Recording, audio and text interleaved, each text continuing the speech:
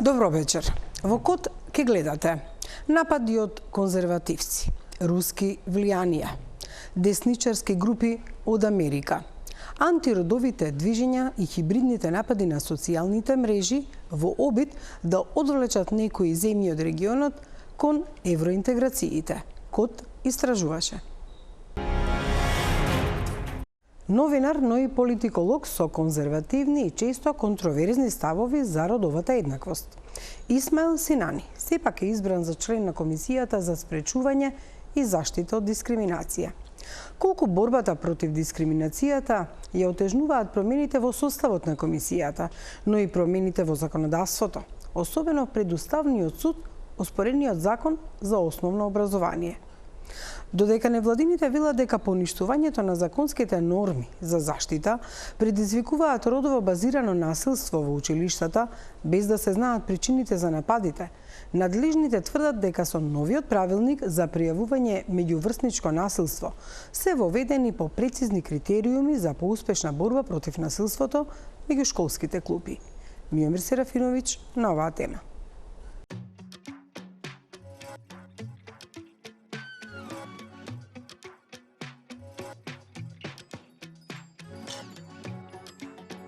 Некаде на работ на потребниот пратенички цензус и мнозинство, собранието во четврток попладне, односно владеачкото мнозинство, избра нов член на Комисијата за спречување и заштита од дискриминација. Вкупно гласа 60 пратеници, во салата има повеќе од 61, 57 гласале за, 3 гласале против. Заклучувам дека собранието ја донесе одлуката за избор на член на Комисијата за спречување и заштита од дискриминација. Предлагањето на Исмаил Синани преку Собраниската комисија предизвика претходна реакција и критика од мрежата за антидискриминација, откако беа преведени повеќе негови лични ставови, новинарски колумни и јавни изјави за феминизмот и борбата за женски права и родова еднаквост и за правата на ЛГБТ заедницата. Изјавите на новинарот, а сега член на комисијата, беа соодветни со определени крајно десничарски ставови, кои дополнително предизвикуваат дискриминација на посочените групи граѓани. Неговите ставови предизвикуваат сомнежи во однос на неговото разбирање на човековите права, еднаквоста и недискриминацијата, што се основни принципи врз кои функционира комисијата. Но предлогот помина и мазно и брзо на собраниската седница со гласовите на ВМРО ДПМН вреди и знам. И го исполни предвидувањето од анонимното писмо, кое до повеќе организации, поединци и странски западни дипломати беше испратено некаде на средината на мај. Код имаше увид во една верзија на анонимниот допис, во кој се наведува дека е направен меѓупартиски договор на владеачкото мнозинство за избор и дека изборот ќе биде Исмаил Синани. Писмото датира 3 недели пред воопшто да се слушне гласот на Синани во собранието, на јавната расправа пред изборот на новиот антидискриминатор. Јас мислам дека ние имаме обврска да не поддржуваме собствени преференции, туку тие институционалните преференции. Јас, како сите други, ќе се трудам до максимум. Пророштвото од анонимното писмо се исполни, а дури и собраниските служби за точката на седницата на која е избран, веќе претходно избраниот Синани, стои дека тој е избран за народен правобранител. Техничката грешка се стоеше кога ден по изборот го баравме Синани за коментар за критиките за неговата борба против дискриминација на загрозените поединци и групи, кои редовно страдаат во општеството на Македонија, а против кои тој од време на време пишувал колумни и јавни коментари. Сега со такви ставови ќе треба да ги брани нивните права. Одговор не добивме ниту на повиците, ниту на пораките до Синани. Но неговиот избор е само дополнение на изборите на нови членови на комисијата. Се бира главно партиски промовирани кадри кои номинално има искуство во областа, иако праксата им беше во друго поле. Владеачкото мнозинство преку Комисијата за избори и именувања ја протна и Џихан Ахмет, која Истанбулската конвенција ја измеша со Истанбул и промените во градот под Кемал Ататурк. Потоа по коментарите таа се повлече од кандидатурата. Случајно или не, Ахмет по повлекувањето од комисијата конкурираше за заменик во институцијата Народен правобранител, каде собраниските служби по грешка го испратија и избраниот Синани. И кај омбудсманот се борат против дискриминација и ги заштитуваат граѓаните од грешки на државата. Адвокатката за човекови права Наташа Бошков објаснува дека последните 2 години комисијата го менува и ликот и довербата која тешко ја стекнуваше меѓу граѓаните. Гледаме дека не се применуваат принципот на транспарентност и овие одлуки не се засновани на мерит барањата. И од тука се загрозува и интегритетот и професионалноста на институциите. Комисијата беше една од институциите која беше од граѓаните препознаена како институција во која што може да се обратите да добијат заштита, но за жал вакви некои одлуки може да влијаат на интегритетот на целата институција и довербата на граѓаните да продолжат да се обраќаат во институцијата. Независноста на комисијата не значи само отсуство на политички влијанија, туку тоа значи одлучување непристрасно, одлучување без предрасуди и без претходно заземени некои негативни ставови кон одредени групи. Како експерт за човекови права, Бошкова ни кажа и каде најмногу во општеството го има загрозувањето на човекови права и родово базирана дискриминација. Секојдневно слушаме за случаи на жени, бремени жени, чисто договори на определено време не се продолжени. Или жени кои не може да бидат унапредени на работното место поради полот, поради родот или сексуално вознемирување на жени на работното место. Понатаму, родово заснована дискриминација е всушност и насилството, е одраз на нееднаквоста на жените и таа на историска поставеност на нееднаквост на жените во однос на мажите и подредена положба која што е плодна почва за родово базираното насилство. Еден од поголемите упади во системот, кој полека ги бришеше родово базираните права, беа двете последни измени на Законот за основно образование донесени лани. Тогаш беа избришани повеќе видови и причини за дискриминација во образовниот систем, иако претпоставките се дека главна причина за тие измени беа исчезнувањето од законскиот текст на родово базираната дискриминација и насилства во училиштата. Од законите беше извадена веќе постоечката дефиниција за заштита на определени основи на дискриминација и наместо овие закони да се повикуваат на веќе постоечкиот закон за спречување и заштита од дискриминација, каде што сето ова беше целосно објаснато, законите се повикуваат само на Уставот. Сега, ова, вака кога ќе го кажеме, можеби не звучи штетно, бидејќи Уставот е нашиот највисок документ во државата, меѓутоа Уставот самиот по себе содржи само неколку заштитни основи од дискриминација. Тоа што го прави Уставот силен и кој што нам ни дава шанса да ги шириме правата кои што ги имаме, за да стигнеме до ова ниво на заштита на човекови права кои го имаме денес, е тоа дека на сите меѓународни акти кои што се ратификувани во Република Македонија им се дава еднаква сила како и на сите други закони. Мрежата поднесе иницијатива пред Уставниот суд, со кој се бараат промени назад во делот за правата на децата, а покрај Законот за основно образование оспорени и Законот за учебници.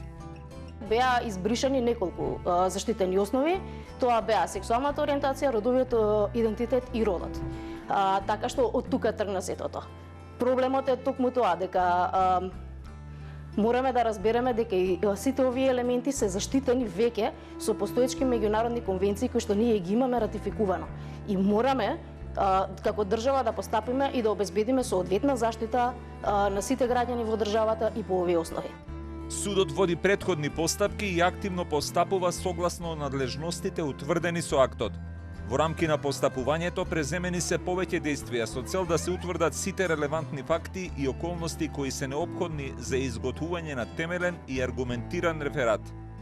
Во таа насока од надлежните органи се побарани мислења, се анализира уставно-судската пракса како и релевантната правна регулатива, кои се потребни за целосно согледување на фактите. Во следната фаза, до председателот на Уставниот суд треба да бидат предадени реферати во кои ќе бидат содржани предлози за одлучување. Согласно предвидената агенда на предадени предмети, председателот ќе утврди на која седница ќе се дискутира и гласа по предметите. Она што според мрежата за борба против дискриминација представува најголем проблем е тоа што при подготвувањето на законските измени воопшто не биле консултирани ниту тие, ниту експертската јавност.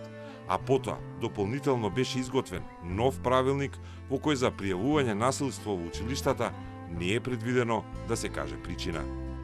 Зборуваме за ранливи категории, зборуваме за деца кои што треба да бидат препознати доколку нешто им се случува, за да може целиот систем да им помогне да се чувствуваат заштитени и еднакви. Меѓутоа сега и во самите формулари кои што ги имаме се избришани некои од клучните основи поради кои што и се случува насилство во училиште. Например, родово базирано насилство. Например, некои лични карактеристики на учениците, околу кои што знаеме дека булингот често се случува. Па на прашањето дали сега се знаат причините за насилството во училиштата, Атанасова го почна одговорот со воздишка. А како да се направи посебна анализа кога ние веќе немаме информација кои се причините за насилството кое што се случува? Ако вие не го прашате детето или не се утврди да речеме дека станува збор за родово базирано насилство или ако не се утврди дека станува збор за вознемирување, насилство, коментирање било што заради некоја негова лична карактеристика, ако тоа не стои во формуларот, ние апсолутно постапуваме само по последицата, а не по причината. И ќе биде тешко во иднина да се утврди зошто тоа настанува и ќе дојдеме во ситуација кога ние санираме само последици. Од Министерството за образование и наука пак тврда дека не се точни тврдењата, дека нема можност за пријавување на причините за насилството. Велат дека претходното упатство било прецизирано во детали, а новиот правилник е поопшт акт кој ќе биде разработен. Не е точно дека со новата регулатива е оневозможено пријавување на кој било вид насилство. Правилникот е поставен како општ документ кој ги уредува процедурите за постапување во сите случаи на насилство, злоупотреба и занемарување. Неговата цел е да обезбеди единствен пристап кон заштитата на учениците, без разлика на причината или мотивот за насилството. Дополнително, правилникот предвидува училиштето да обрнува особено внимание на случаи кога насилството е поврзано со лични карактеристики, различности или припадност на одредена група и да презема соодветни мерки за заштита. Од Министерството ни посочи дека дополнително ќе се прават подзаконски акти, при што ќе се користат стручните искуства и препораки на релевантните институции и организации. Нема одговор зошто при подготовката на последните законски измени и новиот правилник тоа не е сторено. Министерството тврди дека и со новиот правилник, а без ново упатство, во постапките за училишното насилство се утврдуваат сите релевантни околности поврзани со конкретни случаи, вклучително и контекстот, мотивите и факторите што придонеле за насилството, со цел да се обезбеди соодветна заштита на ученикот и соодветно постапување од страна на училиштето. Во МОН има посебна адреса на која се пријавуваат случаи на насилство во училиштата и оваа година пристигнати се 45 пријави и по сите е постапено од страна на педагошката служба и Државниот просветен инспекторат. Од досегашните анализи и сознанија произлегува дека причините за насилството најчесто се повеќеслојни и се поврзани со меѓусебни односи меѓу учениците, социјални фактори, семејни околности, недоволно развиени социјални и комуникацијски вештини, како и влијанија од дигиталната средина и социјалните мрежи. Но бидејќи по предлог на самото министерство од законот беше избришана можна дискриминација по род и по сексуална припадност, и во одговорите ги немаше тие поими. Иако во училиштата, како и во општеството има многу примери на родово базирана дискриминација која води и до насилство. Секојдневно слушаме за зголемен број на пријавени случаи на сексуално насилство врз жени, особено врз девојчиња, зголемен број на пријави на родово базирано насилство, фемициди, и за кои надлежните изразуваат загриженост за зголемените бројки, а истовремено практично ги ослабуваат механизмите кои значат унапредување на родовата еднаквост и оние превентивни мерки од најрана возраст кои треба да практично да го трансформираат општеството и да го направат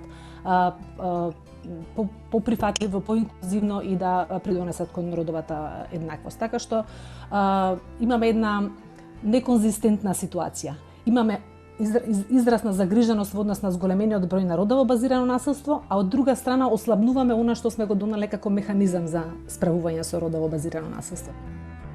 И така кругот се врти.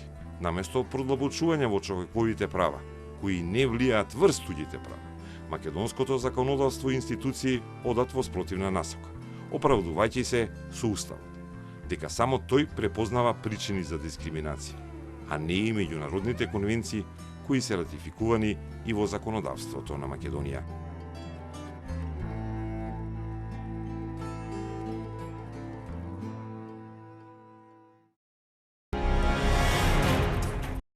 Родител 1, родител 2.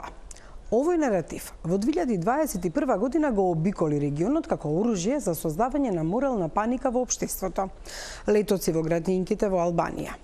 Родител 1 и родител 2 дефинитивно ги заменија мајка и татко, беше наративот во Македонија. А во Босна и Херцеговина, родовата и сексуалната рамноправност беше представена како екзистенционална закана за нацијата. Не се одминати ниту Словенија, Хрватска, Србија. Истражувавме од каде се финансираат и која е целта. Хибридни руски напади преку социјалните мрежи, европски фондови на конзервативци, религиозни групи и цркви, американски ултрадесничари. За ова зборуваме со неколку регионални експерти кои ги следат процесите.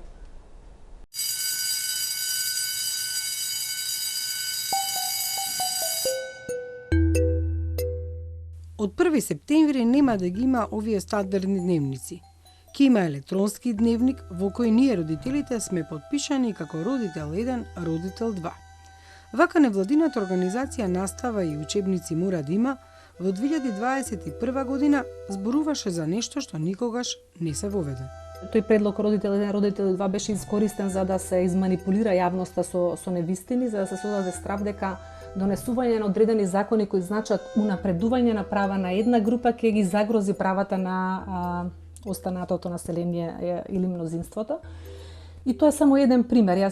Иако таа формулација родител 1 и 2 не беше дел од ниту една политика, ниту од еден предлог закон, сепак беше злоупотребено за да се успорат одредени процеси за носење на закони кои би значале унапредување на правата.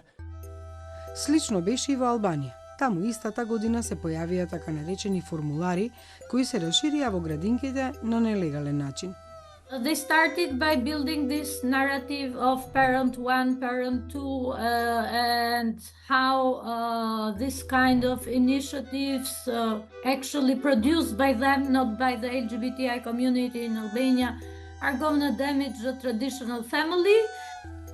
Не беа одминати и другите земји во регионот, но се почнува од Франција, кога во ограничени документи, кога детето расте со самохран родител, или е посвоено, или е од истополов брак, може да се користат овие родово неутрални ознаки. Ова ја отвори Пандорината кутија, но и очите на антиродовите движења, кои ова го искористија за да кажат дека повеќе ќе нема мајка и татко, а со тоа се укинуваат и традиционалните семејства и вредности. Според аналитичарите, ваквите наративи се користат за да се одвлече вниманието на јавноста од побитни теми во општеството, а антиродовите движења ги користат за да се креира страв во општеството. Роман Кухар е професор по социологија на Универзитетот во Љубљана. Тој смета дека антиджендер движењето представува мрежа од многу различни актери, кои се обединети од идејата дека постои некаква родова идеологија. Во интервју за Код зборува за нивната цел – да сеат страв и морална паника. When we are talking about this gender ideology, quite often we see that they take the issue of gender equality or other equality politics, which are very complex issues, complicated issues, and they simplify it in some very straightforward claims like this is going to endanger our children, or this is going to ruin our family, or this is going to endanger our nation. And this is where the moral panic comes in, because as soon as you say that children are in danger, and we all want to take care of children, nobody wants to hurt them, right? So this kind of rhetoric then creates a moral reaction, an emotional reaction to that. Колку земјата се приближува кон Европската Унија, толку повеќе се разгорува риториката која наместо факти подметнува лажни вести. Една таква беше расширена и во Албанија, кога родители, активисти и представници на верски заедници пријавија случај дека во документите за запишување на децата во јасли или градинка, традиционалните називи мајка и татко биле заменити со родител 1 и родител 2. Иако општина Тирана посочи дека измените не се во официјалните документи за упис. In that year, they registered as a coalition, which they call the Coalition for the Traditional Family. This kind of anti-human rights movement, anti-gender movement in Albania is led by an evangelic pastor and by his family members mostly, but as well by other public figures that has joined him. They are very structured. Но тука не завршува нападот, за кој некои велат дека е хибриден, други дека е создаден заради дефокус, третиот и потекнува од Русија, но и од Соединетите Американски држави. Следен на удар, во Албанија бил законот за родова еднаквост, кој сепак е усвоен во 2025 година. Во Македонија излезе предлог закон, но до денеска не е усвоен во собранието. But their campaign against the approval of the law was very well organized, was very aggressive, and they organized protests, they organized petitions, they were very present in all media during the discussions of the law. They were disseminating disinformation all the time. After the law passed, they asked the Constitutional Court to dismantle this legal initiative. They as well asked for having a referendum in terms of the law, but as well on restricting LGBTI rights in Albania. And throughout all these years, they have tried all the time to build up a narrative which is not true, which is the narrative that you mentioned as well, the narrative that the LGBTI community is a threat for the kids, it's a threat for the traditional family, and it's a threat for the nation. Во Босна и Херцеговина, според социологот Кухар, се создава морална паника дека децата се загрозени, а со тоа и традиционалните вредности. We call this politics of fear because it is the fear that is guiding the whole debate, the whole movement around it, rather than rationally debating the issue, finding the solutions to social problems and so forth. Quite often we also see that this equality politics is just a cover-up for more important issues. I mean, equality is of course an important issue, but other issues which really affect everyday life of people, like economic situation, social situation, and other problems are not solved. And because politicians and other groups are not solving these issues, they turn attention to another issue, they find a minority, they blame that minority, and this is the scapegoating that we see in many places, and it's an old tactic, it's an old strategy. We've seen this before.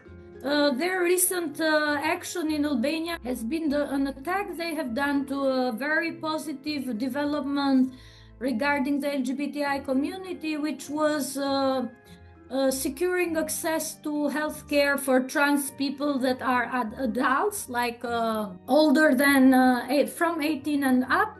And they are trying to portray this policy paper as a policy paper that actually wants to turn Albanian kids into trans by giving them hormones.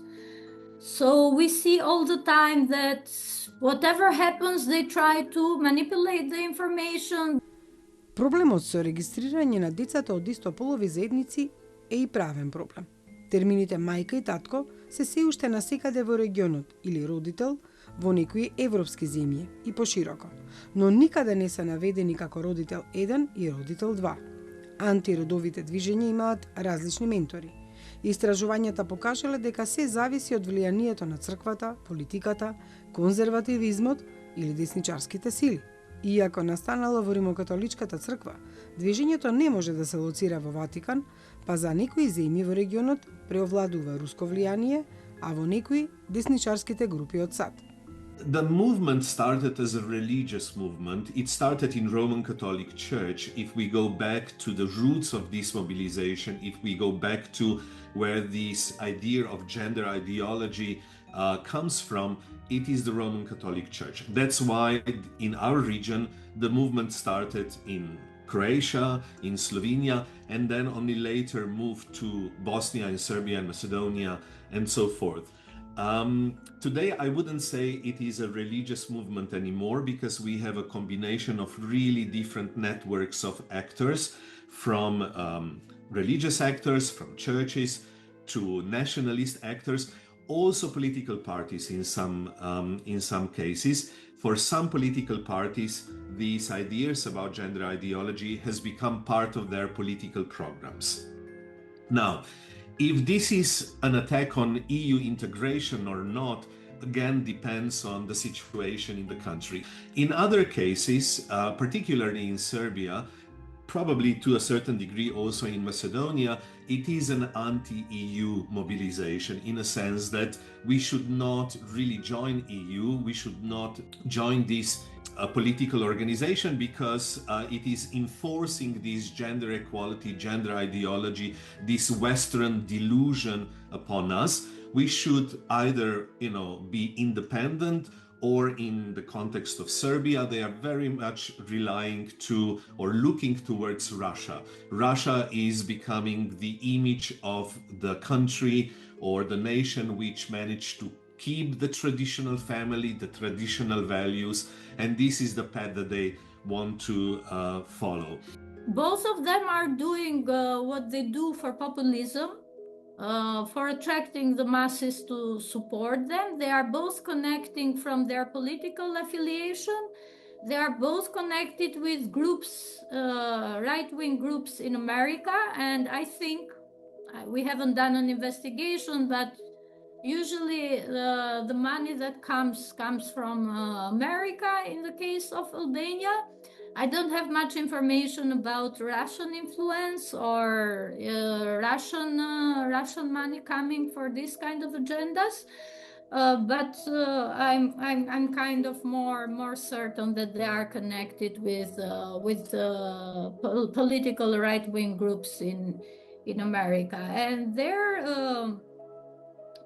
You can see that one of the narratives that they use during their speeches is the fact that we don't want to be part of EU if being part of EU means, supporting LGBTI rights and accepting the rights of the LGBTI community, which is a kind of narrative that has never been common in Albania, because we know that Albania for many years has been aspiring and is aspiring to be part of European Union.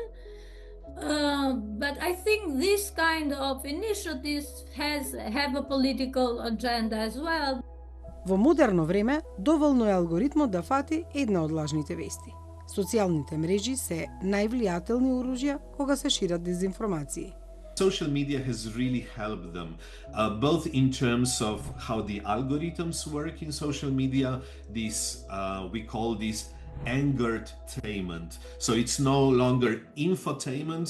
We are not longer selling the news and some entertainment, but we are basically selling anger and fear and all these negative feelings and emotions, which are then, through algorithms made stronger on social media.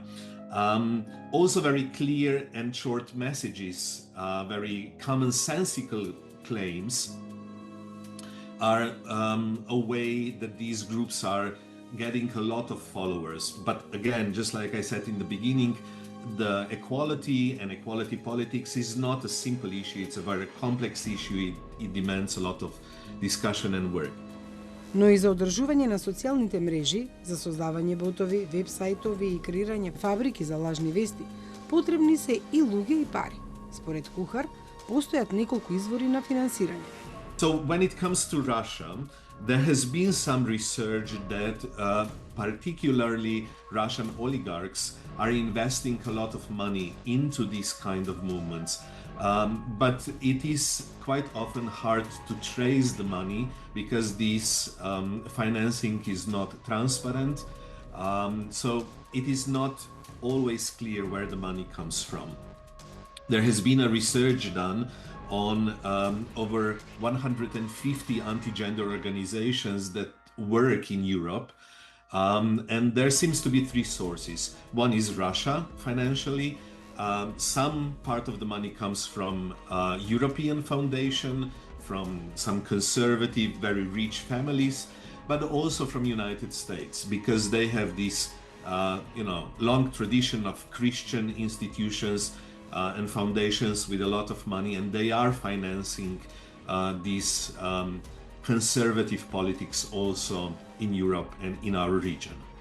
And this kind of political initiatives that are supported by these right-wing groups in America, I think have the same way of bringing these anti-European sentiments in our countries, and to see a divided Europe and a divided society, because what this kind of narratives do is creating this culture of division, that LGBTI people are the danger, while actually we are part of Albanian families. Ја прашавме Агенцијата за национална безбедност на Македонија дали антиродовите движења се закана за безбедноста во Македонија и дали имаат врска со хибридните напади кои најчесто се дистрибуираат преку социјалните мрежи.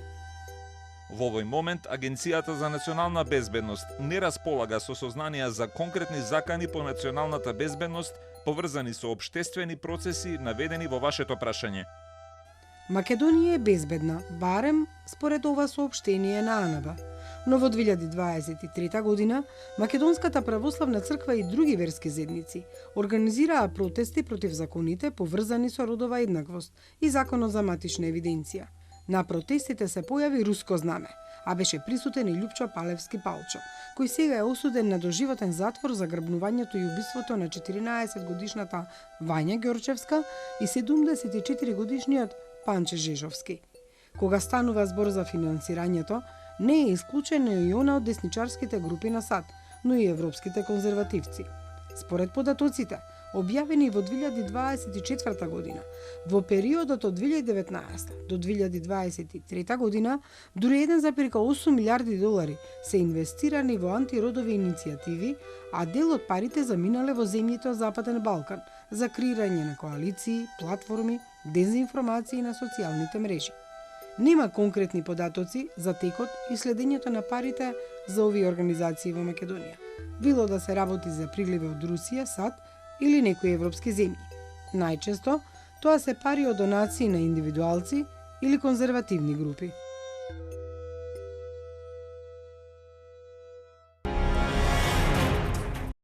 Изборот на членови на Комисијата за спречување и заштита од дискриминација ја разбранува јавноста со изборот на Исмаил Синани, за кого мрежата за заштита од дискриминација изрази сериозна загриженост, оценувајќи дека неговите јавно искажани ставови и професионално искуство отвараат прашања за неговата соодветност за функцијата. Негов против кандидат беше Јасна Оровчанец Арангеловиќ. Од 2011 година континуирано работи во областа на човековите права, еднаквоста и заштитата од дискриминација. А како адвокат застапувала лица и групи изложени на дискриминација и го добила првиот случај во кој судот утврдува дискриминација во државата. Учествува и во работната група која го подготвува новиот закон за спречување и заштита од дискриминација, но и во текот на својата кариера имала значаен придонес во подготовката на правни мислења, анализи и препораки и во зајакнувањето на институционалните капацитети за заштита на човековите права, но и во подготовката на акцискиот план за недискриминација 2025 и 2026.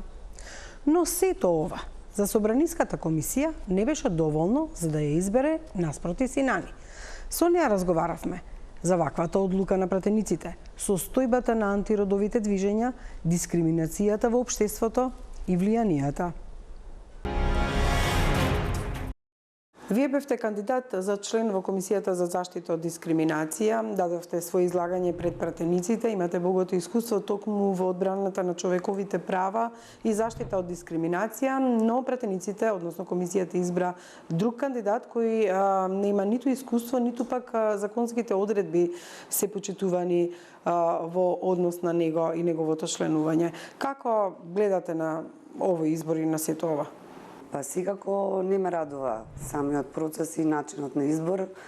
Пред се, бидејќи кандидатот не ги исполнува основните законски услови за биде кандидат за Комисија за спречување и заштита од дискриминација, а понатаму она што излезе во медиумите се неговите радикално изразени ставови кон луѓето со различна сексуална ориентација, кон жените и кон лицата заболени од ХИВ. Тоа укажува на едно високо ниво на нетолеранција и немање соодветност за комесар или член на Комисијата за спречување и заштита од дискриминација и представува едно, според мене, деликатно и опасно решение.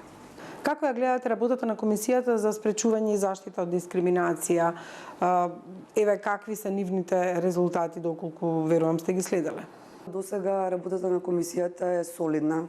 Тие во 2025 година мислам дека имаат постапено над 500 барања упатени, односно представки до Комисијата, се вклучиле во постапки пред судот како пријател на судот и тоа во еден случај по основ на сексуална ориентација. Исто така имаат припремено мислење, стручни мислења за измена на законите за усогласување со законот за спречување и заштита од дискриминација. Јас имав можност да ги запознавам сите членови на Комисијата и тоа е еден сега солиден тим кој меѓусебно соработува, има разбирање за дискриминацијата воопшто и што представува дискриминација и се во насока на подобрување на нивната секојдневна работа. Кои се најголемите проблеми со дискриминацијата во државата? Дали Македонија напредува, назадува или тапка во место? Па и понатаму останува Македонија дека областа во која најмногу се дискриминира според поднесените представки и според поведените судски постапки се работата и работните односи, потоа со образованието, основите се различни, најчесто етничка припадност, има попреченост, има врз основа на пол, на сексуална ориентација, на род. Значи основите варираат, различни се, меѓутоа главната област во која се случува дискриминацијата во државата е во работата и работните односи. Имаше измени во Законот за средно и основно образование, но настана и некои сензитивни промени кога станува збор за причините за пријавување на насилства во училиштето. Како влие сето ова и колку дискриминацијата е причина за насилство меѓу врсниците во училиштата? Во однос на Законот за основно и средно образование, тие се закони кои требаше да се усогласат со Законот за спречување и заштита од дискриминација. Законот за основно образование имаше решение, не повикувачка одредба, туку решение во кое беа таксативно наброени сите основи за дискриминација, вклучително и сексуалната ориентација, пол, род и така натаму, на еден начин препишани, пресликани од Законот за спречување и заштита од дискриминација. Меѓутоа, измената најнова на законот ја отстранува таа одредба и се повикува во заштита на дискриминација само на Уставот. Тоа решение не упатува можеби добра порака, најверојатно е направено под притисок на општеството, под притисок на одредени групи во општеството, меѓутоа не ги ограничува правата со оглед на фактот дека ние имаме меѓународни конвенции кои се дел од нашето национално законодавство, дека го имаме како лекс специјалис Законот за спречување и заштита од дискриминација, секако нашиот устав, така што во суштина не представува ризик да немаат децата во образовниот систем заштита од дискриминација, меѓутоа испраќа една порака која не е во склоп со развојот на правните норми. Колку насилниот екстремизмот воопшто исто така влие за поттикнување на насилство кај децата во училиштата? Убаво што ме прашавте, јас во последните 3 години работев и на превенција на насилниот екстремизам и тероризам. И можам да кажам дека децата се изложени преку социјалните медиуми на различни радикални идеи, екстремистички ставови кои се пренесуваат, кои влијаат на нетолеранција воопшто, на решавање на конфликти на несоодветен начин и така натаму. Така што дел од насилството е предизвикано и од влијанието на социјалните медиуми до кои сите деца имаат пристап. Во Македонија се подготвуваше и закон за родова еднаквост. Што стана со тој проект? Законот за родова еднаквост требаше да се донесе наместо законот за еднакви можности помеѓу мажите и жените и тој требаше да биде донесен и усогласен со европските директиви. Јас и колешката Маја Атанасова бевме ангажирани лица за да го фасилитираме процесот. Мислам дека имаше 3 групи на лица ангажирани во подготовка на тој закон. Тој закон се припреми во согласност со најновите европски директиви и целта на законот беше да се надминат родовите стереотипи пред се улогата на мажот и на жената и да се заштитат ранливите категории. ОПСЕ го водеше, мисијата на ОПСЕ во Скопје го поддржа и тогашното Министерство за труд и социјална политика. Меѓутоа се припреми законот и процесот застана. Што се случи понатаму не знам. Колку јавно искажаните тези за родител 1, родител 2, сето она што се ширеше своевремено на социјалните мрежи влијае на антиродовото движење и дали тоа е со цел да се направи една деморализација на општеството, да се оттргне од демократските вредности и колку е под влијание на некои трети страни? Јас би рекла дека е од повеќе групи, можеби религиозни, можеби групи на луѓе кои имаат своји уверувања, луѓе кои се плашат од различности, а нема зошто. Родител 1 и родител 2 никогаш не било земено во предвид кај нас во било каков документ да стои или да се прави некаква законска измена, бидејќи кај нас важи законот за семејството, нели, каде што брачната заедница е заедница помеѓу еден маж и една жена.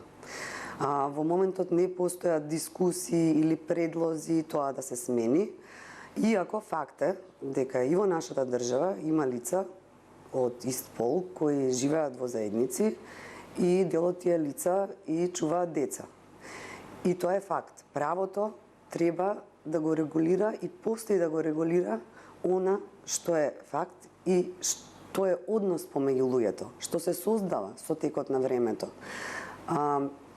Ние мораме да најдеме начин и тие истополови заедници да ги регулираме. Тоа не мора да се вика брак. Тоа може, по примерот на Хрватска, да биде некој вид на граѓанско партнерство, затоа што пред се треба да бидат заштитени нивните имотни права, треба да бидат заштитени нивните наследни права и така натаму.